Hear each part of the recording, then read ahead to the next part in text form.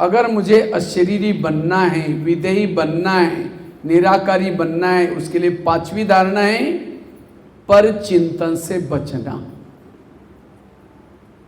जो परचिंतन करता है, परदर्शन करता है, वो कभी भी अशरीरी नहीं बन सकता, विधेयी नहीं बन सकता। तो पहले तो माता ये बताओ, इसमें से जो कभी परचिंतन नहीं करते, परचिंतन समझा? परचिंतन मतलब दूसरे के बारे में। तो जो सहन नहीं करता वो परचिंतन करता है। तो माताओं में सहन शक्ति ज्यादा है कम है? बताओ। ज्यादा। मजबूरी का नाम महात्मा गांधी। माताएं सहन करती हैं, लेकिन सहन की भी बातें अपने तक नहीं रखती।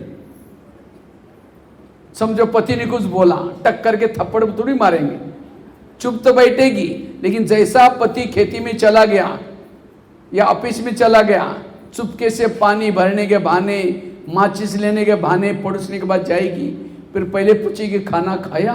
वो कहेगी अरे क्या खाओ, मेरे पति ने बड़ा घमासान किया। वो कहेगी मेरा भी कोई कमाई क्या, यही तो मैं सुनाने के लिए आई हूँ। बेटा भी ऐसा है, सास भी ऐसी है, वो भी है। वो अपने घर की सुना रहे, वो अपने घर में ही सुना रहे। इसको कहेंगे परचिंतन। वो माता ने सहन तो किया, लेकिन आपने तक नहीं रखा। फिर वो जाते जाते क्या बोलते हैं, मैं कभी कभी धमकाती हूँ, तुम भी कम नहीं करना, न तो सिर पर बैठेगा। अभी से कंट्रोल में रख, पूरा जीवन में रहना है। बस वो बातें सुन के आई, सारा दिन वही चिंतन चलता है। शाम को आएगा धमकाऊंगी, मैं भी कोई कम हूँ क्या? मैं भी तो काम करती हूँ, मैं भी थोड़ी बैठी रहती हूँ, मैं भी खाना बनाती हूँ, ये करती हूँ, वो करती हूँ। ये चिंतन चलता है। फिर जब शाम को आता है, पानी मांगता है, कैसे देंगे? ले तेरे को हाथ नहीं, गुस्से से पानी दिया, खाना गुस्से से बनाया। अब ये सारा चिंतन से जो परचिंतन करता उसके दिमाग में ज्ञान नहीं बैठता, सारा निगेटिव संकल्प चलेंगे। अब वो आत्मिक स्थिति में कैसा रहेगा? इसीलिए मुझे अगर आत्मिक स्थिति में रहना है, इस पर चिंतन से बचना। यह धारणा आज इस भट्टी से पक्की करना। तो मैं तो ये प्रश्न पूछ रहा था, इसमें से जो परचिंतन कभी नहीं करते, ऐसा कोई होगा तो हाथ खड़ा होकर हूं। लेकिन झूठ बोले कौवा काटे, शाम को कौवा काट के जाएगा। तो कौन कौन है इस सभा में बैठे? कोई भी माता किसी का भी परचिंतन नहीं करती, ना कोई सुनाती किसी को। वो हाथ खड़ा करो। कोई नहीं। इसका मतलब सब लोग करते हैं। हाँ, ये हमारी आत्मिक स्थिति बनाने के लिए बहुत बड़ा विघ्न है। और माता ही ज्यादा परचिंतन करते, क्योंकि माताओं के पेट में कोई बातें ठहरती नहीं। माताओं की एक कमजोरी है, और इस कमजोरी का फायदा हमारे ब्रह्मा बाबा ने लिया है। इसलिए ज्ञान का कलश किसको दिया है? माताओं को। क्यों? उनको पता है कि माताओं को जो ये ज्ञान सुनाएंगे उनके पेट में नहीं ठहरेगा, सबको सुनाएंगे। इसीलिए माताओं की संख्या हर क्लास में ज्यादा होती है। क्यों? भाई अगर एक दो लाइन बैठे हैं तो माताएं बहुत सारी, पूरा क्लास में पूरा माताओं का क्लास हो रहा था।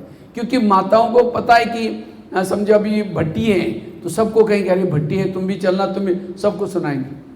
अच्छी बातें भले सुनाओ, लेकिन निगेटिव बातें कभी, निगेटिव बातों को पेट में रखो। इसलिए गणेश का पेट कैसा दिखाते हैं? बड़ा। गणेश को क्या बोलते हैं? निर्विघ्न का देवता, विघ्न विनाशक। क्यों? वो बातों को पेट में रखता है, इसीलिए निर्विघ्न है। आप भी अपने जीवन को निर्विघ्न बनाना चाहते हैं, कोई कुछ भी बोलता है उसको पेट में रखो, इधर उधर नहीं सुनाओ। और क्या दिखाते हैं गणेश को निर्विघ्न करने के लिए? हाथी का सिर दिखाते हैं। गणेश का सिर किसने काटा? शिव जी ने काटा। कल परसों बोला ना, मैंने तुम्हारी काटा, मतलब एक्चुअली सिर नहीं काटा। हमारी जो पुरानी बुद्धि थी, कलियुगी बुद्धि थी, उस बुद्धि को काट करके हमें दैवी बुद्धिमान बनाया। हमारे विचार बदले, सोच बदले। इसका मतलब कोई गला नहीं काटा, लेकिन हमारी सोच बदले। इसीलिए गणेश का दिखाते सिर काटा। और किसका लगाया? हाथी का लगाया। हाथी के गले में बहुत बड़ी विशेषता है। हाथी हमेशा कान हिलाता रहता है। क्यों? हाथी के कान में चींटी गई मर जाता है। इतना बड़े हाथी डरता किसको? चींटी से। अर्थात विघ्न विनाशक बनना है। कोई कुछ भी निगेटिव बातें सुनाता है, सुनो नहीं, हिलाते रहो, सुनो। लेकिन हम क्या करते हैं? और क्या हुआ? वो उठ के भी जा रहे, बैठो चाय पानी पी के जान, बताओ क्या हुआ। जानबूझ करके सुनेगी, विघ्न पैदा होगा। और क्या दिखाते हैं? गणेश क्या करता है? हाथी, उसको हाथी की आंखें होते हैं। क्यों? हाथी की आंखों को छोटी चीज कैसी दिखती है? बड़ी दिखती है। विघ्न विनाशन वाला छोटी चीज के बड़े रूप में दिखता है। और क्या दिखाते हैं? मोतीचूर लड्डू उसको चढ़ाते हैं, या मोदक भी चढ़ाते हैं।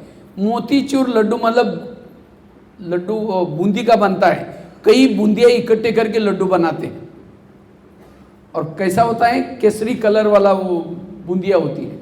आत्मा कैसी है? केसरी कलर की। तो हमें विघ्न विनाशक बनना है। जो बाबा ने लड्डू बनाया, अनेक आत्माओं को इकट्ठा किया है, लड्डू है। इनके साथ में दिन में एक बार क्लास करने के लिए आना, मुरली सुनने के लिए। अगर 15 दिन 20 दिन आएंगे नहीं संगठन में, अब बूंदी लड्डू से अलग हो जाएगी तो चिटिया उसको लेकर के खा लेगी, चटक कर देगी। इसी तरह संगठन में नहीं आएंगे तो माया क्या करेगी? चिटिया आपको खत्म कर देगी। संगठन के साथ रहना, वही निर्विघ्न रह सकता है। और गणेश जी का एक हाथ, एक पांव ऊपर, एक पांव नीचे। अब घर जाना है, अब मुझे परम धाम जाना है, ये बुद्धि में रहेगा, निर्विघ्न रह सकेंगे।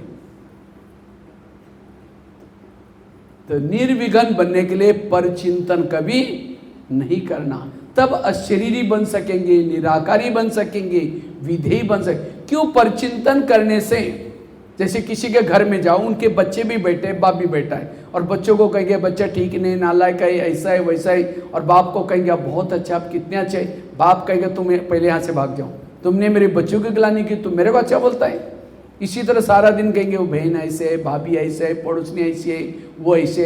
परचिंतन करेंगे और शाम को योग में बैठेंगे, मीठे बाबा, प्यारे बाबा, बाबा आप शांति के सागर, दया के सागर। बाबा कहेगा मैं भूल गया, मुझे याद दिला रहे, पहले तुम यहाँ से भाग जाओ, तुमने मेरे बच्चों को गिलानी की, तुम मेरे को अच्छा बोलता है। सारे संसार के जितने भी लोग हैं, किसके बच्चे? बाबा के बच्चे। अगर उन्हीं की गिलानी करेंगे, बाबा की महिमा करेंगे, योग नहीं लगेगा, बाबा प्यार नहीं करेगा।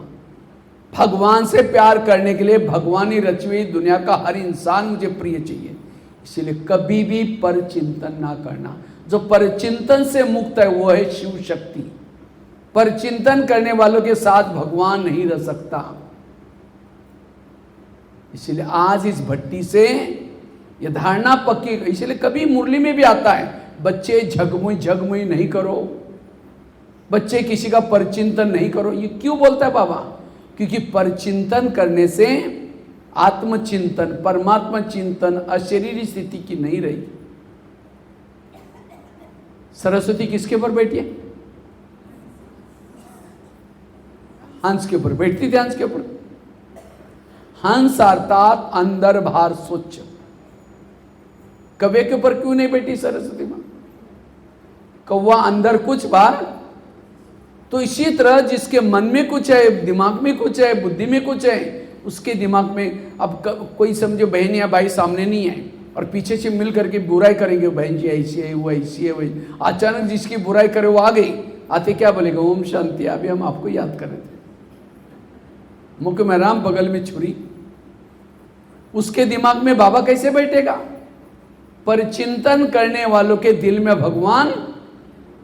अगर मुझे शिव शक्ति बनना है, इस पर चिंतन की माया को खत्म कर दूं। आज से मुझे ना किसी के दोष देखने, ना पर चिंतन करना है। वो है शिव शक्ति। माताएं जो कमजोर बनी, घर की बातें, इधर की बातें, माताओं को ज्यादा टाइम उसमें चला जाता है। वो योग में बैठे तो भी परचिंतन चल रहे हैं। परचिंतन करने वाले के दिमाग में ज्ञान का चिंतन। पूछे कि आज की मुरली क्या थी? बड़ी अच्छी थी। एक पॉइंट तो बता, बहुत अच्छी थी। वरदान बता, बहुत अच्छा था। क्यों दिमाग में नहीं रहा? क्योंकि परचिंतन है। एक म्यान में दो तलवार इसीलिए सरस्वती को दिखाते हंस के ऊपर। हंस मतलब अंदर बाहर स्वच्छ। जो परिचिंतन करता है उसके बुद्धि को ताला लग जाता है, गोदरेज का ताला लग जाता है। कई कहते हैं हम मुरली याद ही नहीं रहते, हमको पता नहीं। अब जिसको मुरली याद नहीं उसके दिमाग में खुशी है, उसको बाबा कैसे? और जब बाबा याद नहीं, मुरली याद नहीं, उसको अशरीरी कैसा बन सकता है, विधेयी कैसा बन सकता है वो? इसीलिए मुझे विधेयी बनना है, अशरीरी बनना है, पर चिंतन से बचना। जो परचिंतन करता है उसके घर में लक्ष्मी वास नहीं कर सकती, उसके घर में पानी के मटके भी सूख जाएंगे, बरकत नहीं हो सकती, शांति नहीं हो सकती। पर चिंतन मतलब निगेटिव है, जहां निगेटिव है वहां सुख शांति नहीं है। मुझे घर को मंदिर बनाना है, कभी भी परचिंतन नहीं करना। अगर कोई किसी के सुनाता है उसको कहो कि हमको ऐसी बातें नहीं सुनाओ। क्यों सुनाते हैं? हम कहते हैं अच्छा अच्छा, और क्या हुआ? जैसे कोई वोमिटिंग करता है, उल्टी करता है, कहां जाता है वो?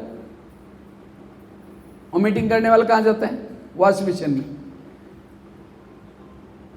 और वोमिटिंग क्यों करते हैं? पहली बात, वोमिटिंग व्यक्ति कब करता है?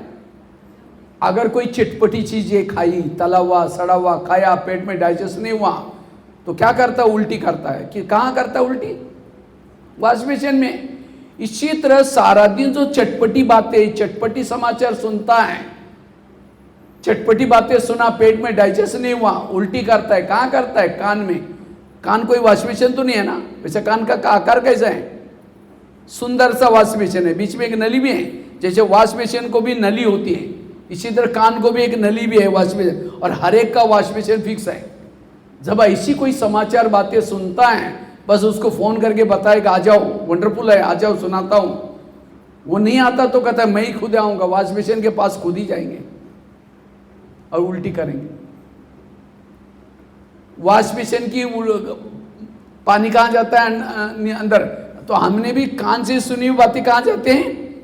दिल में जाते हैं। दिल में कौन बैठा है? बाबा। अब गंदे दिल में बाबा कोई थोड़ी बैठेगा। ऐसे सुनने वालों के दिल में बाबा नहीं बैठेगा। इसलिए मुझे परचिंतन ना करना, ना सुनना। परचिंतन सुनने वालों का बुद्धि का ताला बन जाता है, ना परमधाम दिखता है, ना परमात्मा दिखता है।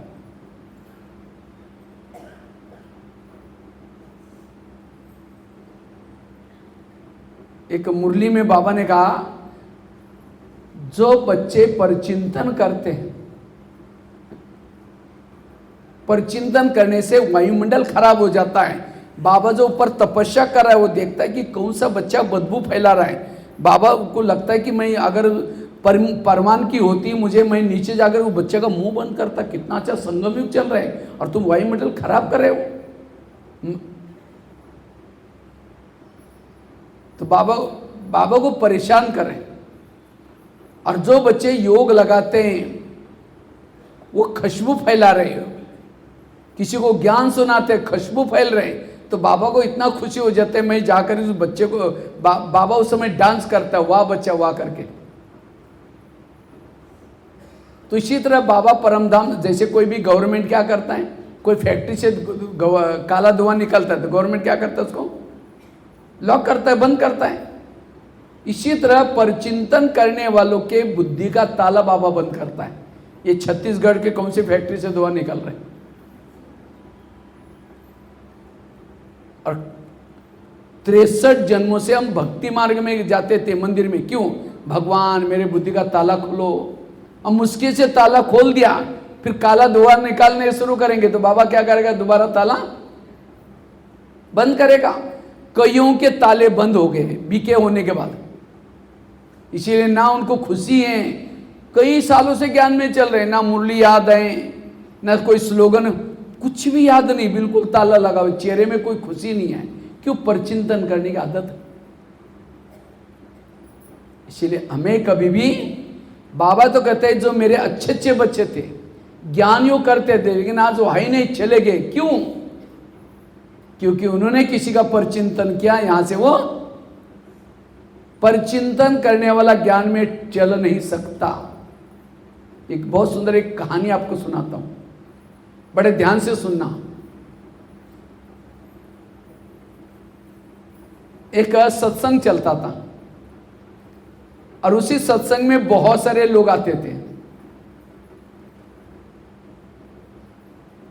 सभी ध्यान से सुन रहे हैं? एक बार ताली बजाओ जोर से। और इस स्टोरी को बड़े ध्यान से सुनना सभी। एक सत्संग चलता था, सत्संग में बहुत सारे लोग आते थे। तो एक दिन गुरु ने शिष्य को कहा, गुरुजी मुझे एक वरदान चाहिए। तो गुरुजी ने क्या वरदान कहा कि क्या वरदान चाहिए? कहते मेरे बारे में सबके दिल में क्या चलता मैं जानना चाहता हूं। तो गुरुजी ने कहा ठीक है, मैं तुम्हें वरदान देता हूं और साथ में एक छड़ी देता हूं। तो गुरुजी ने क्या किया, उस शिष्य को वरदान दिया, एक छड़ी दिया। कहा कि जब भी छड़ी को तुम दिल में रखोगे, जिसके भी दिल में तुम्हारे बारे में क्या चलता है वो सब पता चलेगा। ये छड़ी को दिल में लगाना और जिस किसी व्यक्ति के दिल में तुम्हारे बारे में क्या चलता है उसका नाम लेना, तुम्हें पता चलेगा। वरदान देता हूं, छड़ी दिया, वो शिष्य चला गया। अचानक रास्ते में शिष्य को याद आया, पहले मैं गुरुजी की चेकिंग करता हूं, गुरुजी के दिल में मेरे बारे में क्या चलता है। तो अचानक रास्ते में रुक गया, छड़ी को दिल में लगाया, गुरु का नाम लिया, तो थोड़ी सी छड़ी काली हो गई। तो छड़ी काली हो गई, उसको लगता है गुरु के अंदर मेरे बारे में कालापन है, इनको गुरु बना करके फायदा क्या। आश्रम में आना बंद हो गया। एक दिन हो गया, 2 दिन हो गया, महीना हुआ, साल हुआ। एक दिन गुरुजी की नजर गई, अरे उस कुर्सी पर रोज आकर के बैठता था, सबसे अच्छा बैठता था, पहले आता था, इतनी सेवा करता था, लेकिन आजकल वो आता ही नहीं, क्या हुआ। तो गुरुजी ने क्या किया, उसके घर में पहुंच गया। कहा कि जी आजकल आप आश्रम में क्यों नहीं आते? कहा कि नहीं जी, आजकल कोरोना काल चल रहा है, आजकल थोड़ा धान बोने का समय चल रहा है, आजकल थोड़ा बरसात का मौसम है, आजकल थोड़ा दुकान नया खोला है, मेरे बच्चे थोड़ा बीमार हैं। तो गुरुजी ने कहा 6 साल से आश्रम में आते थे, आंधी आए, तूफान आए, कुछ भी हो जाए, सबसे पहले आकर के बैठते थे, इतना सेवा में सहयोग करते थे। नहीं जी नहीं जरूर कुछ बात है। कहा कि गुरुजी आपके अंदर मेरे बारे में कालापन है, इसीलिए मैं नहीं आता हूं। गुरुजी ने कहा अच्छा वो बात है क्या, लेकिन तुमने देखा कि तुम्हारे अंदर औरों के बारे में कितना कालापन है? कहा कि नहीं देखा। देखो, शिष्य ने छड़ी को दिल में लगाया और अपना नाम लिया। जैसे अपना नाम लिया, पूरी छड़ी काली हो गई। गुरु की कितनी काली थी? थोड़ी सी काली थी, बाकी सारे सफेद थी। और जब शिष्य ने अपना देखा तो पूरी काली, थोड़ी सी सफेद। जब अपना कालापन देखा तब उसको लगा कि अरे, सिर नीचे झुकाया। तो गुरुजी ने कहा कोई बात नहीं, मैं जब आश्रम में आया था मेरी भी छड़ी सबके लिए काली थी, लेकिन मेरी तपस्या करके, साधना करके, मेहनत करके अब इतनी सी बची है, वो तो मैं कर ही रहा हूं, योग कर रहा हूं, दूसरे को ज्ञान सुना रहा हूं, सेवा कर रहा हूं, दान पुण्य कर रहा हूं, वो तो निकल जाएगी मेरा कालापन। लेकिन तुम मेरे को देख करके आश्रम में नहीं आओगे, तुम्हारी जो सफेद बन रही 6 साल से, वो भी क्या हो जाएगी? काली हो जाएगी। तब शिष्य कहता है गुरुजी आज मैं कितना भूल कर रहा था, कितनी गलती कर रहा था। गुरुजी ने कहा कोई बात नहीं, आज से कभी भी बड़ों की कमजोरी मत देखना। तब वो शिष्य दोबारा आता है, 2 ज्ञान योग करता है। ये कहानी किसी और की नहीं, किसके है? हमारी अपनी है। हम भी यहाँ आते आते आते हमारी जो आत्मा पतित बनी थी, काली बनी थी, पावन बनना शुरू हो जाते हैं। लेकिन जैसे ही आते हैं, सेंटर पर आते हैं, बहनों के संपर्क में आएंगे, सेवा के संपर्क में आएंगे, मधुबन में जाएंगे, फिर कहेंगे यहाँ जो पैसे देते ना उसको आगे करते, फलानी बहन जी ऐसे है, वो ऐसा है, वहाँ पैसे देते हो। कोई ना कोई दोष देखेंगे, खुद तो देखेंगे, दूसरों को भी सुनाएंगे, औरों को भी सुनाएंगे। और जो सेंटर के लिए भावना थी, मधुबन के लिए भावना थी, वो भावना क्या हो जाएगी? परिचिंतन करने से, दोष देखने से सबसे पहले आपकी भावनाएं खराब हो जाती। और भावना और योग इसका बहुत गहरा कनेक्शन है। जितना अपना आपकी मधुबन के प्रति भावना ऊंची, भाई बहनों के प्रति भावना ऊंची, सेंटर के प्रति भावना ऊंची, उतना आपका योग ऊंचा। फिर क्या कहेंगे, मेरा योग ही नहीं लगता। क्यों नहीं लग रहा है? भावना बिगड़ गई। इसलिए कभी भी किसी के दोष मत देखो। ये बाबा ने ड्रामा का ज्ञान, कर्मों का ज्ञान, जो हुआ अच्छा, ये सारा ज्ञान किसी लिए दिया है? पर चिंतन से बचने के लिए। इतना सारा ज्ञान मिलने के बाद भी फलानी बहन जी ऐसी करती है, वो ज्ञानी नहीं, वो क्या हो गए? अज्ञानी हो गए।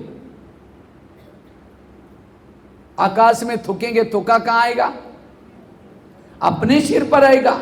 पर चिंतन करने से घाटा आपका ही हो गया, किसी का दूसरे का घाटा नहीं हुआ। इसीलिए कभी भी पर चिंतन नहीं करना। इसीलिए कई बार बाबा की धारणा आते, बच्चे झगमई झगमई नहीं करो, बच्चे किसी के दोष नहीं देखो, पर चिंतन नहीं करो। जो परचिंतन करता उसका योग नहीं लगता, उसके संकल्प चलते हैं, वो अशरीरी विधेयी परिस्था कैसा बनेगा? इसलिए पर चिंतन से बचना, सदा सो चिंतन। पर चिंतन पतन की जड़ है, सो चिंतन उन्नति की सीढ़ी। 84 जन्मों की सीढ़ी उतरने के लिए कितना समय लगा? कितना समय लगा? 5000 साल। उसी सीढ़ी को मुझे अब ऊपर चढ़ना है, कितना समय? एक जन्म। तो क्या एक जन्म से सभी ज्ञान में चल रहे क्या? वो तो एक जन्म का टाइम था, लेकिन आपको कितना मिला हुआ है? किसी को 10 साल, किसी को 20 साल, किसी को 25 साल। माना आपका एक एक सेकंड आपके लिए एक जन्म की प्राप्ति की जितना है। थोड़ा योग लगाया, सीढ़ी एक आधी ऊपर चढ़ गई। थोड़ा सेवा किया, सीढ़ी ऊपर चढ़ गई। थोड़ा अमृत वाला सीढ़ी किया, ऊपर चढ़ी। थोड़ा मुरली सुनी, सीढ़ी ऊपर गई। थोड़ा सा परचिंतन किया, जितनी सीढ़ी चढ़ा उतना नीचे। यही करते रहेंगे, चढ़ते रहेंगे। हम चढ़ने के लिए कितना समय देते हैं? थोड़ा सा समय चढ़ने के लिए देते हैं, और उतरने के लिए। अब योग में बैठे तो भी योग कहां लग रहा है, तो भी किसी का परचिंतन, तो भी हमारा सीढ़ी ऊंचे उतरे। इसलिए अब मुझे कोई ऐसा काम नहीं करना जो सीढ़ी नीचे उतरे। इसलिए पर चिंतन से बचना। ये परचिंतन हमारी स्थिति को बिगाड़ता है, यह अशरीरी बनने नहीं देता, विधेयी बनने नहीं देता। इसलिए पर चिंतन को खत्म कर लो। और जब मैंने पूछा तो किसी ने भी हाथ नहीं खड़ा किया कि हम पर इसे मुक्त है, और करते हैं प्रैक्टिकल में। तो अगले बार जब कभी भट्टी करने के लिए आएंगे तो किसी का भी हाथ नीचे नहीं होना चाहिए। तो आज से कभी, क्योंकि ये समय परचिंतन करने का नहीं है,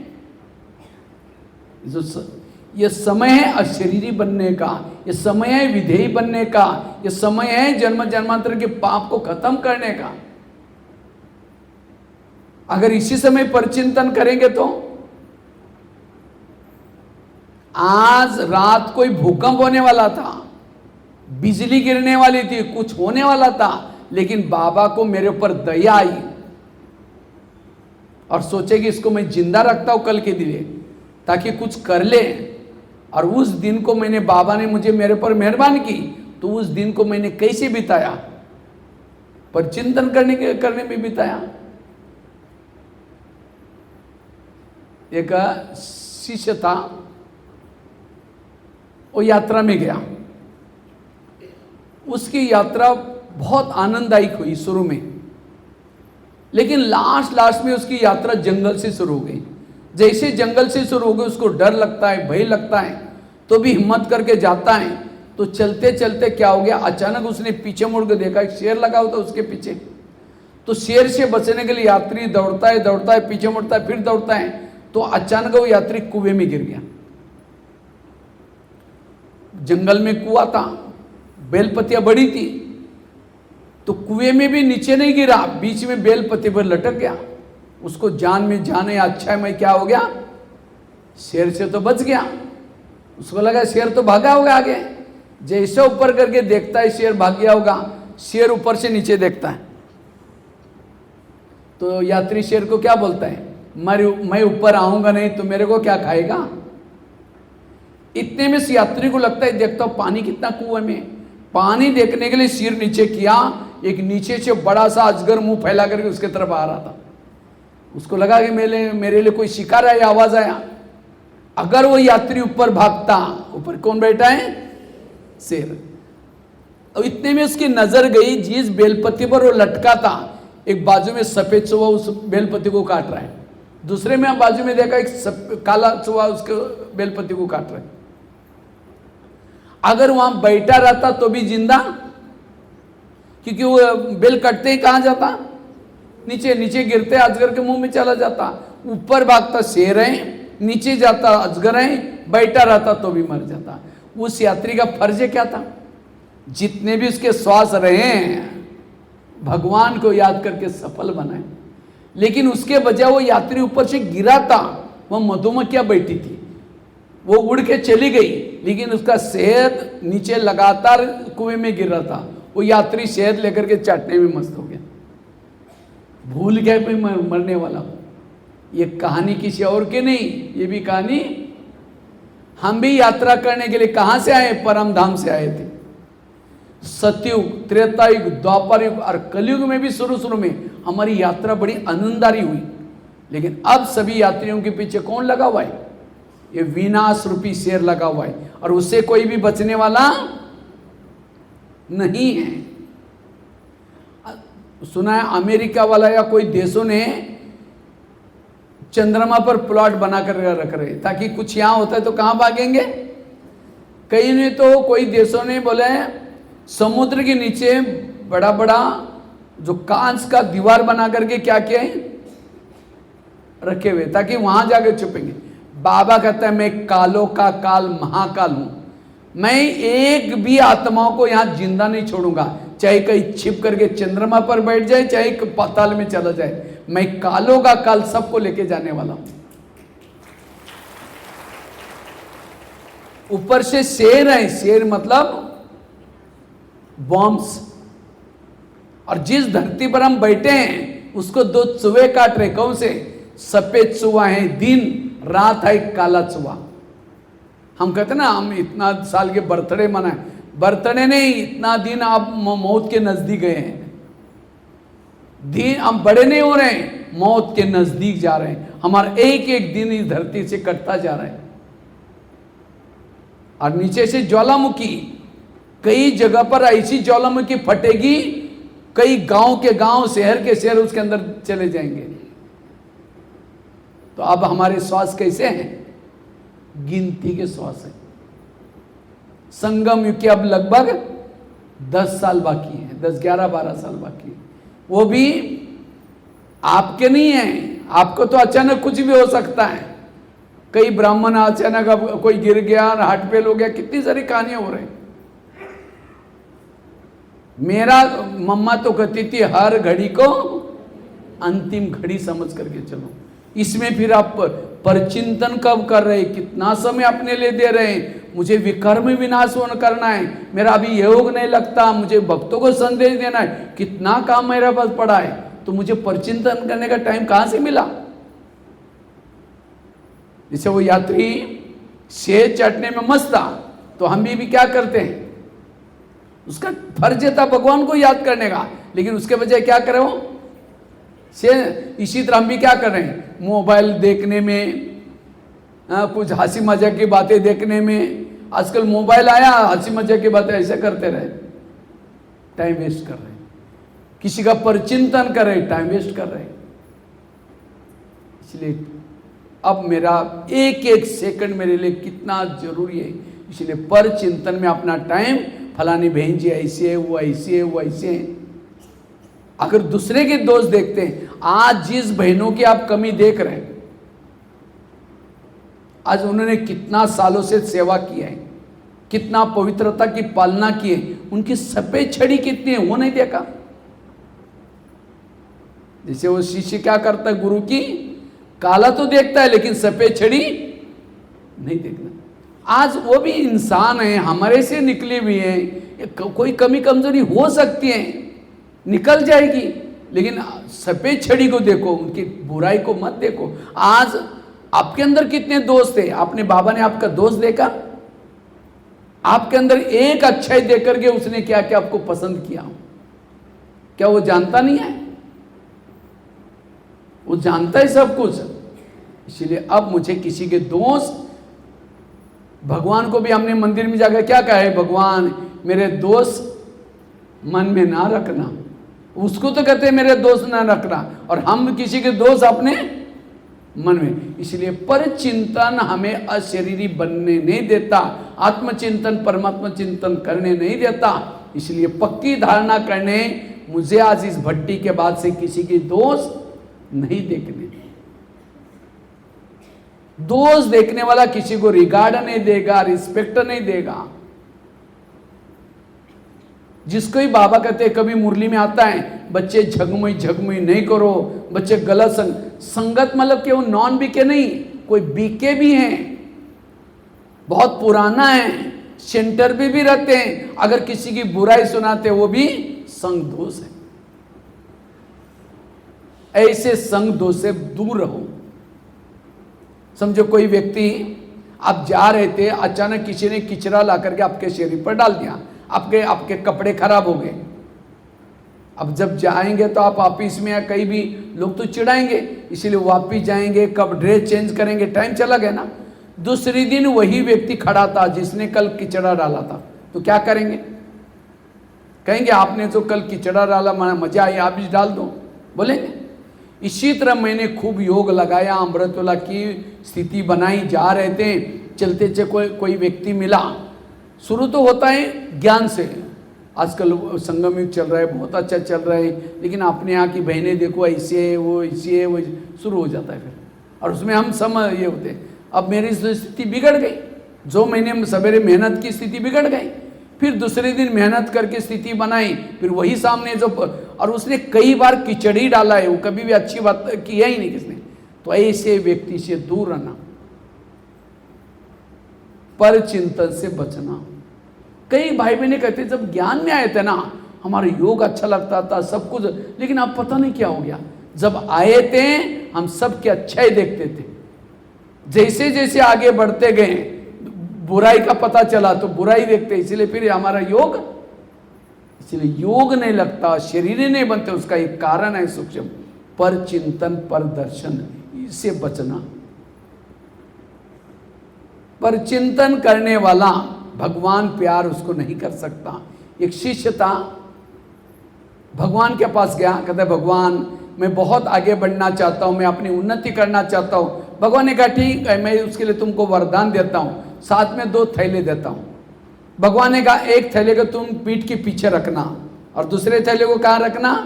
आगे रखना। और भगवान ने कहा जो पीठ के पीछे थैला है, तुम्हारे आस पास पड़ोस में जो भी लोग रहते हैं, सभी के अंदर क्या क्या बुराई है, उस बुराई की चिटकी बनाकर मैंने डाला है, लेकिन उस थैले को बांध करके पीछे रखना, देखना नहीं, उसके बारे में सोचना नहीं। और आगे वाला जो थैला है, भगवान ने कहा उसके अंदर तुम्हारे अंदर जो बुराई है, तुम जीती हो, किसी के नहीं मान, तुम्हारे जितने भी दोष है वो आगे वाले थैले में डालें। लेकिन भगवान ने कहा जो पीछे वाला थैला उसको बांध करके पीछे रखना, देखना नहीं, उसके बारे में सोचना नहीं।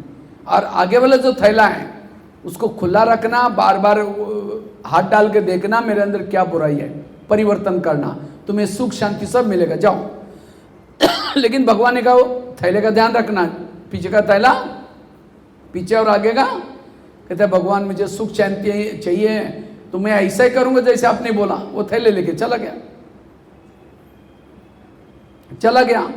तो कुछ समय के बाद वो थैले को चेंज करता है, पीछे का थैला क्या किया, आगे किया, और आगे का थैला पीछे, और अपनी बुराई के थैले को बांध देता है और कहाँ रखता है, पीछे, और दूसरे की बुराई के थैले को आगे रख करके खोलता है, फिर हाथ डाल के देखता, अच्छा फलाना ऐसा ही, मुझे तो पता नहीं, अच्छा होगा मुझे पता चला। खुद तो चिंतन करता है, दूसरों को भी बुला के कहता है, कहता इसे सावधान रहना, वो ऐसा है मुझे पता है, मैंने देखा हुआ है, सावधान रहना, औरों को ही सुनाता है। तो कुछ समय के बाद वो दुखी हो गया, अशांत हो गया, परेशान हो गया, दूसरे का चिंतन करते करते। फिर कई सालों के बाद फिर भगवान के पास आया, कहता है भगवान मुझे सुख मिला ही नहीं, मुझे शांति मिली ही नहीं। भगवान ने कहा अच्छा तुमको जो मैंने थैले थे उसको कहाँ रखा था? कहता है भगवान मेरे से ये भूल होगी, कई बार मैंने पीछे का थैला आगे किया था। भगवान ने कहा यही तुम्हारे दुखों का कारण है। ये कहानी भी किसी और की नहीं, किसकी कहानी है? हम भी यहाँ आते हैं किसी लिए आते हैं? थोड़ा सुख मिल जाए, शांति मिल जाए, जीवन में तरक्की हो जाए। भगवान का बाबा कहता है ठीक है मैं तुम्हें वरदान देता हूँ, साथ में 2 थैले देता हूँ, दूसरे की बुराई को कहाँ रखना? पीछे। पीछे मतलब देखते हुए, पीछे किसी तो दिखाई नहीं पड़ती ना, मना किसी को भी देखते हुए साक्षी होकर के देखो, हर एक को पार्ट मिला हुआ है और अपनी बुराई को आगे उसको परिवर्तन करना। लेकिन हम बाहर जाकर के कुछ समय के बाद क्या करते हैं? पता है कि हर एक का पार्ट अपना अपना है, जो कर रहा है सब अपने अनुसार, लेकिन ऐसी करती है, वो वैसी करते हैं, या ऐसी करते हैं, मेरी भाभी ऐसा है, मेरा पति ऐसा है, भावना बिगड़ गई, योग कैसा लगेगा? फिर बाबा कहते मेरा योग लगता ही नहीं, क्योंकि हमने क्या किया है? परचिंतन। इसलिए अगर मुझे अशरीरी बनना है, विदेही बनना है, निराकारी बनना है, परचिंतन से बचना। क्योंकि परचिंतन करने वालों को ज्ञान का चिंतन, हम लोग इतने सारे क्लास कराते हैं, कभी अगर मैं किसी को परचिंतन करूंगा मेरे को क्लास करने का पॉइंट ही भूल जाते हैं, निकल जाते हैं। परचिंतन। और जहां सरस्वती नहीं बैठती, ज्ञान नहीं बैठता, वह लक्ष्मी नहीं आएंगी। जब लक्ष्मी नहीं, दुर्गा भी नहीं, सरस्वती भी नहीं, कोई भी देवियां, अगर शिव शक्ति बनना चाहते हो तो किसको प्रसन्न करो? सरस्वती को प्रसन्न करो। और सरस्वती बनने के लिए क्या बनना पड़ेगा? हंस। हंस अर्थात अंदर बाहर स्वच्छ, देखने की स्वच्छता, बोलने की स्वच्छता, आंखों की स्वच्छता, मन की स्वच्छता। जो स्वच्छ है वही अशरीरी बन सकता है, वही विधेयी बन सकता है, वही हल्का रह सकता है। इसलिए मुझे परचिंतन से बचना।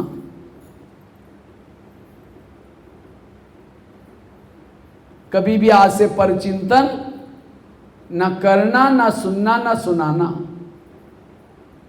क्योंकि ये परचिंतन करने का समय नहीं है। शिव शक्ति बनकर के इस असुर, ये भी एक असुर है, कहते ना देवियों ने किसका क्या किसका संहार किया? असुरों का संहार किया। काम का संहार, परचिंतन का संहार, मोह का संहार। ये संहार करो तो क्या बनेंगे? शिव शक्तियां बनेंगे। अगर ये परचिंतन करने की आदत है, इधर की बातें सुनाने की आदत है, तो कैसे हम शिव शक्ति बनेंगे? कैसे अशरीरी बन सकेंगे? कैसे विधेयी बन सकेंगे? इसलिए आज से कभी किसी का परचिंतन, एक होता है कोयले के व्यापारी, दूसरा होता है हीरे के व्यापारी। कोयले का व्यापारी कहां रहता है? झोपड़ी में रहता है। जिसको बेचे वो भी काला, हाथ भी काला, मुंह भी काला, कपड़े भी काले, घर भी काला। और हीरे बेचने वाला अच्छा सा महलों में पौष जगह पर रहता है, 1-2 हीरा भी बेचता है तो भी मालामाल हो जाता है। तो आपको कौन से व्यापारी बनना है? परचिंतन करने वाले सारे कोयले के व्यापारी। इसलिए छत्तीसगढ़ में ज्यादा कोयले की खानी है। हाँ? मैं कोरबा में गया था, मेरे को लेके गए थे, मेरे सारे कपड़े भी खराब हो गए। वहां बड़ी बड़ी खानी है, कहीं तो ओपन खाने है, कहीं अंडरग्राउंड में खानी है। और हीरे कहां मिलते हैं? कोयले के खाने में क्या मिलते हैं? ऐसे नहीं कि कोयले के खाने हैं। यहाँ छत्तीसगढ़ में कुछ हीरे भी छिपे हैं। हीरे के व्यापारी बनो, अर्थात किसी के दोष नहीं देखो। ये परचिंतन स्थिति को बिगाड़ता है। बाबा प्यार कब करेगा? समझो कोई माँ बच्चों को प्यार करती है, क्या बोलते हैं? बेटा आज कपड़े गंदे नहीं करना, पढ़ के आना, कपड़े गंदे नहीं करना। और बच्चा जाता है, लड़ता है, झगड़ता है, कपड़े गंदे करके शाम को आता है मम्मी मम्मी करते आता है, मम्मी किचन से देखेगी मैंने तो कहा किया नहीं करके तुम चिल्लाते रहे मियाँ को, जाएगी जाकर 2 थप्पड़ लगाते, तुमको मैंने तुमको कितना समझाया, तुम गंदा हो क्या? अगर वही बच्चा माने जो कहा करके आता तो मम्मी उसको प्यार करती, स्नेह करती। इसी तरह बाबा भी प्यार किनको करता है? जो श्रीमत का पालन, परचिंतन करना मतलब श्रीमत का उल्लंघन। अब परचिंतन करेंगे, शाम को आएंगे, जैसे बच्चा शाम को आता है मम्मी मम्मी करता है, हम भी क्या करते हैं शाम को आएंगे बाबा बाबा करेंगे, जैसे मम्मी किचन से देखते हैं मैंने से उसको कहा करके आया, इसी तरह हम भी शाम को आएंगे बाबा बाबा करते, तो बाबा परम धाम के देखता है खिड़की से, मैंने से उसको कहा किया नहीं करके बोले तुम चिल्लाते नहीं आई ठीक हो। फिर शाम को क्या बोलेंगे, पता नहीं योग में बाबा प्यार ही नहीं करता। क्यों नहीं करता? क्योंकि परचिंतन किया है। इसीलिए बाबा ने जो भी नियम बना कर दिया है, आप लोग कितना परसेंटेज बाबा के नियमों का पालन करते बता सकते हैं? हर एक का अलग अलग है, अपना अपना पर्सनल बताओ, बाबा ने जो नियम बना कर दिया आप लोग कितना फॉलो करते हो उसको बताओ। 2-4 जन बताओ, अपना खुद का बताना है, कितना परसेंटेज पालन करते होंगे? बोले नहीं, क्या बात है बताओ, 2-4 जन बताओ, उसे पता चलेगा आप बाबा के नियम अनुसार कितना परसेंटेज चलते हैं।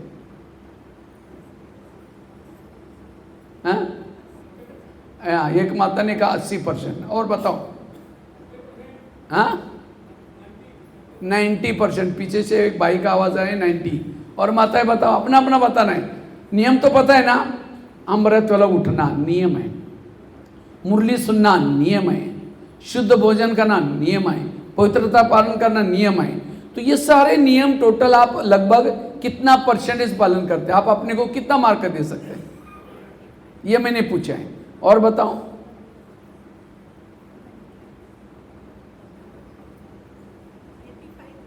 85, एक माता ने कहा 85, 80, 85, 90, और पीछे एक कोने में कितना करते हैं? क्यों समझ में आवाज ही नहीं आ रहा है? हाँ 80% पीछे से। इधर बताओ माताएं। हाँ 90%, और इधर बीच की माताएं कितना? हाँ 50, इधर 90%। चलो मैं आपको आईना दिखाता हूं, आप बता देना कितना परसेंट। आजकल हम नियम किसको समझते हैं? अमृत वाला उठना। और हर नियम के कितने मार्क हैं? टोटल सारा दिन का 100 मार्क का पेपर होता है, 100 मार्क मिलते हैं। अमृत वाला किया 10 मार्क मिल जाते हैं, मुरली सुनी 10 मार्क मिल जाते हैं, भोजन शुद्ध का है 10 मार्क मिल जाते हैं, पवित्रता का पालन किया 20, पवित्रता को केवल डबल मार्क है 20। एक है स्थूल पवित्रता, दूसरी मनसा वाचा के परमदा। टोटल 100 मार्क का पेपर होता है। ट्रैफिक कंट्रोल किया 10 मार्क मिल गया, नुमा श्याम का किया 10 मार्क मिल गया, यूनिफॉर्म पहना 10 मार्क मिल गया। उसमें बैच अलग है, बैच के और प्लस यूनिफॉर्म के। समझो आपने अमृत वाला किया तो कितने मार्क देंगे आप लोग? 10। लेकिन नहीं, उसके भी डिवाइडेशन होता है। अमृत वाला उठे 5 मार्क मिल गया, लेकिन झुटका लगाती हो किया 5 मार्क गए। लेकिन आपने उठा तो आप 10 ही देंगे, लेकिन नहीं, आप उठ करके बैठे थे कैसे? अच्छा झुटका भी नहीं लगाया, बिल्कुल आंखें खोल करके बैठे थे, लेकिन मन बुद्धि भटकी थी, 2.5 मार्क चले गए। आपने मुरली सुनी, आप कितने मार्क देंगे? 10। नहीं, मुरली सुनने से पहले योग किया आधा घंटा, तब आपको 5 मार्क मिल गए। मुरली सुनी, सुनने के केवल 1 ही मार्क है। कितना? 1। मुरली से आधा घंटा योग नहीं किया तो 5 मार्क गए। सुनी केवल 1 मार्क मिला, और आप कितना देते थे? सुन करके धारण किया 4 मार्क।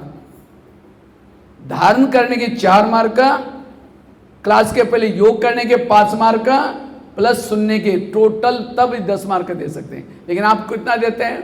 10 दे देते हैं। इतनी ज्ञान की गहराई है। आपने बाहर का भोजन नहीं खाया, घर का खाया, लेकिन बातें करते खाया, 5 मार्क चले गए, याद में नहीं किया, केवल आपने बनाया इसलिए आपके 5 मार्क मिल गए। ड्रेस पहन के नहीं आए हैं, यूनिफॉर्म, 5 मार्क चले गए। बैच पहना, 5 मार्क मिल गए। सुबह को मिली हल्दी की घाटी खत्म है, परचिंतन सुना, मार्ग कट हो गया। आत्मिक स्थिति में नहीं रहे, मार्ग कट हो गया। इसको कहते हैं आध्यात्मिक ग्रामर। जैसे किसी ने एक शब्द लिख दिया, मैं शांति सागर की संतान हूं, शांति की मात्रा पीछे से मार दी, पीछे वाली मार दी, मराठी वाली मार दी, तो हिंदी वाला चेक करने वाला क्या बोलेगा? रॉन्ग है, ग्रामेटिकल मिस्टेक। इसी तरह आध्यात्मिकता की भी ग्रामेटिकल होती है। हर कर्म विधि पूर्वक करना, हर श्रीमत का विधि पूर्वक करने से मार्ग मिलते हैं, और तब जाकर के आपके चाल चलन में अलौकिकता नजर आएगी। यह है ज्ञान की गहराई। और जितना इस गहराई में चलेंगे उतना आपका योग क्यों नहीं लगेगा? अपने आप लगेगा। हम ऊपर ऊपर से चल रहे हैं, लेकिन नियमों को हम पालन क्यों नहीं करते? पहला कारण है लोक लाज आती है। लोग इस दुनिया में कैसे हैं? घोड़े पर बैठने में नहीं देंगे, पैदल चलने में नहीं देंगे। इसीलिए कहते हैं ना, सुनो सबकी करो मन की नहीं श्रीमत की। फटाफट मन की बात करी। सुनो सबकी करो श्रीमत की। हम जब 7वीं कक्षा में थे, हमको एक लेसन था इंग्लिश में, एक बाप और बच्चा गधा खरीद करने के लिए गए थे। जब गधा खरीद करके वापिस आ रहे थे, जगह जगह पर लोग बैठे थे। कमाल है, तुम लोग, बाप को कहा, तुम लोगों ने क्या गधा क्या पैदल चलने के लिए लिया?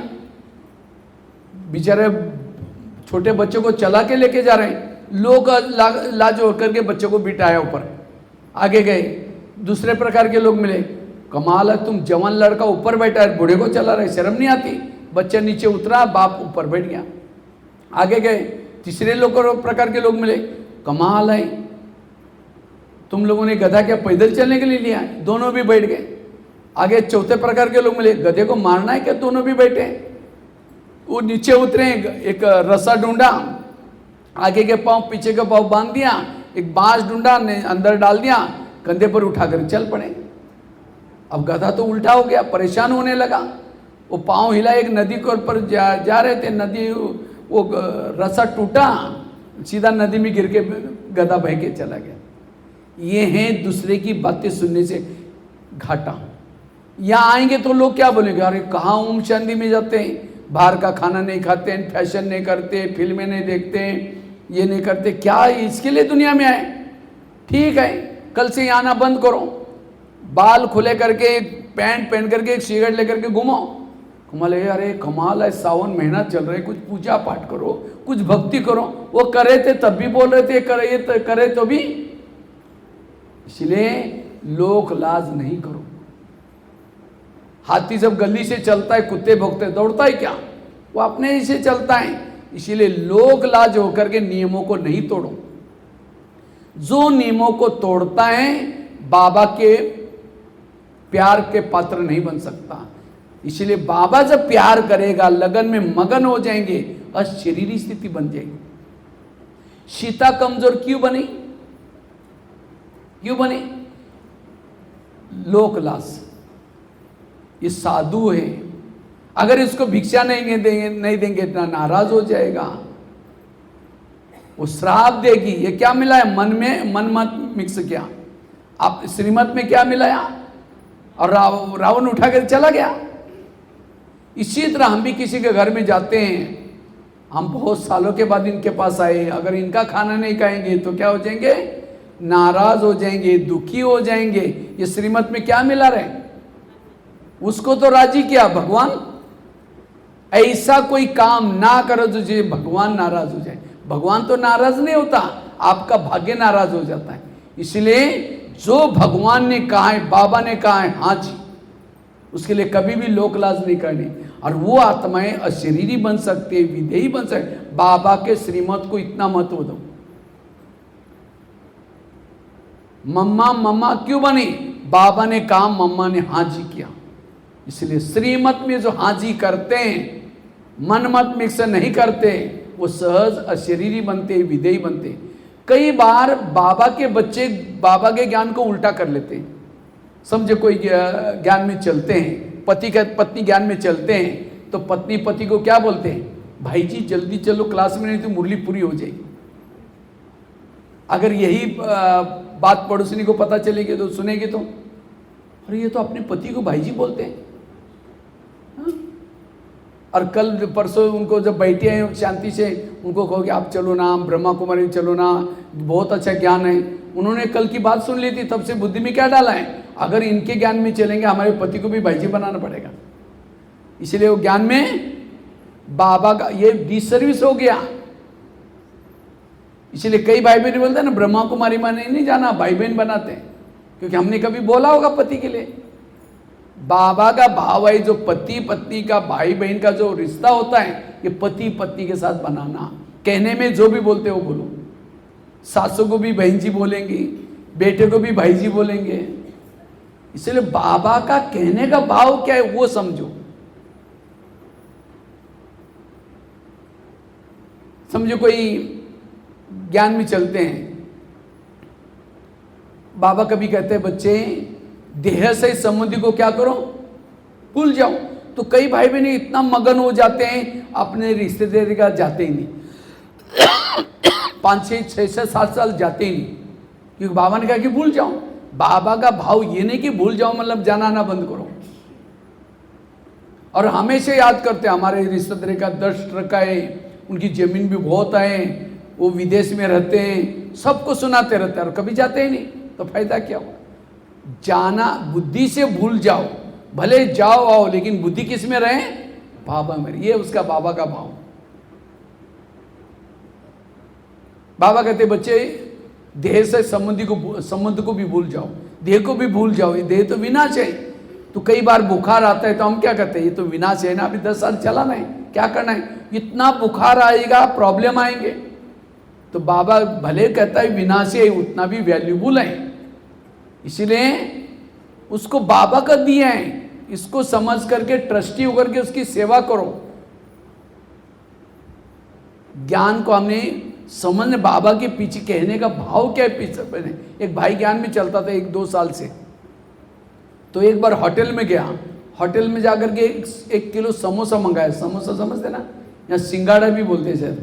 मैदे को बेल करके आलू भरते हैं और उसको तलते हैं, उसको समोसा कहते हैं। तो 1 किलो समोसा मंगाता है और मैदे का छिलका निकाल करके आलू खाता है मसाला। तो मैनेजर देखता रहता है, मैदा फेंक रहा है और आलू खा रहे हैं। कहा कि तुम मैदा पसंद नहीं करते? कहता पसंद तो करता हूँ, लेकिन आजकल मैं ब्रह्मा कुमारी आश्रम में जाता हूँ, तो उन्होंने कहा कि बाहर का नहीं खाना, इसलिए बाहर का निकाल करके मैं अंदर का खा रहा हूँ। बाहर का ना खाना मतलब दूसरे का हाथ का बना हुआ ना खाना। इसीलिए होटल पर बाहर बोर्ड लिखा है, क्या लिखा है? होटल, हो सके तो यहां से टल। सिनमा, सिन मतलब पाप, मां मतलब मदर, गूठ खा, 3 शब्द लिखो, बीच का ट मिटा दो तो क्या हो जाएगा? शब्द के पीछे अर्थ है। भक्ति कोई गलत नहीं, भक्ति बहुत अच्छी है। भक्ति में कहते हैं भगवान को प्रसन्न करना है तो बलि चढ़ाओ। कौन सी बलि चढ़ाओ? मैं को छोड़ना। लेकिन लोगों ने क्या किया? मैं करने वाली बकरी को बलि चढ़ा दिया। उपवास करो, उप मतलब नजदीक वास में रहना ना, मन बुद्धि से परमात्मा के पास रहना, यह है उपवास। लेकिन लोगों ने कौन सा उपवास किया? पेट का उपवास किया। कहते घर का त्याग करो तो भगवान क्या हो जाएगा? कौन सा घर? ये शरीर आत्मा का घर है, इसको भूल जाना। लेकिन लोगों ने उस घर को छोड़कर जंगल में चले गए। कहते घर में लक्ष्मी आएगी, लक्ष्मी आने के लिए क्या करते हैं? यहाँ क्या करते हैं छत्तीसगढ़ में? हाँ, सफाई करते हैं। और क्या करते हैं? दिवाली के दिन दीपक जलाते हैं। क्यों दीपक जलाते हैं? लक्ष्मी आने के लिए। आजकल तो लड़िया लगाते हैं पूरा घर के चारों तरफ। आई लक्ष्मी, लक्ष्मी आएगी भी कैसी? लक्ष्मी का माना है उल्लू, उल्लू को लाइट में दिखता ही नहीं। लाइट पूरा जंगल में घर में लगाएंगे तो लक्ष्मी को लेके उल्लू नीचे कैसे आएगा। फिर आजकल बड़ा बड़ा फटाके बजाते, सुतली बम ये क्या क्या, अब फटाके बजाए उल्लू घबरा करके कहीं चला जाऊँ। और मुझे लगता है कब होते हैं दिवाली, अमावस्या के दिन होते हैं। अमावस्या इसीलिए अंधेरे में, अगर उस दिन सचमुच गवर्नमेंट लाइट भी नहीं काटता, सचमुच उसी दिन पूरा घर के ऊपर अंधेरा करके रखो, हर एक के घर में लक्ष्मी आके जाती। लेकिन उसी दिन हमने बराबर क्या उजाला किया। तो वास्तव में कौन सी लाइट, ये आत्मा का दीपक जलाओ, इस मन की सफाई करो। कहा कुछ किया कुछ। इसीलिए बाबा कहते ज्ञान में चलने के बाद अगर आपसे नियमों का उल्लंघन हो रहे हैं, नियमों का अर्थ नहीं समझ रहे हैं, तो भी फायदे के बजाय घाटे में जाए, आपसे डिसर्विस होती रहेगी। फिर हमें तो पता ही नहीं चलता है हमारे से क्या हो रहा है। इसलिए बाबा कहते ज्ञान का विचार सागर मंथन करो, ज्ञान के पीछे का रहस्य क्या है। इसलिए जो श्रीमत का पालन करता है, यथार्थ श्रीमत का पालन करता है, वो अशरीरी बनता है, विधेयी बनता है, निराकारी बनता है। तो ज्ञान को हमें यथार्थ समझना है, कभी भी किसी का परचिंतन नहीं करना। अगर ये धारणा करेंगे तो आपकी अशरीरी विधेयी स्थिति बनेगी। तो विधेयी स्थिति के लिए मुख्य धारणा पर चिंतन से बचना और बाबा के ईश्वरीय नियमों का पालन करना। उसके लिए मैंने छड़ी वाली कहानी बताई, थैले वाली कहानी, छड़ी वाली कहानी बताई। किसी के कान में उल्टी नहीं करना, हाँ जी करके सीधा ये नहीं करना। तो इतने भी टोटके याद रहेंगे कि तो पर चिंतन से बचे रहेंगे। आज से ये ग्रुप माताओं का परचिंतन से मुक्त वाला ग्रुप। और जब परचिंतन नहीं करेंगी, मन में ज्ञान का चिंतन करेंगी, खुशी रहेगी, तो आत्मिक स्थिति में रहना इजी होगा, सहज हो जाएगा। ठीक है, ओम शांति।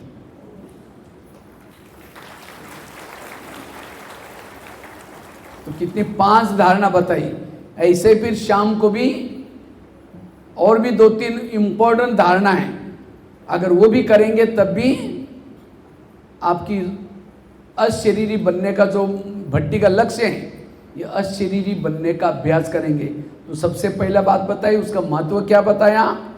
उसके बाद पहली धारणा कौन सी बताई, पवित्रता की धारणा। पवित्रता क्यों भंग हो जाते हैं, मनसा वाचा कर्मणा की पवित्रता।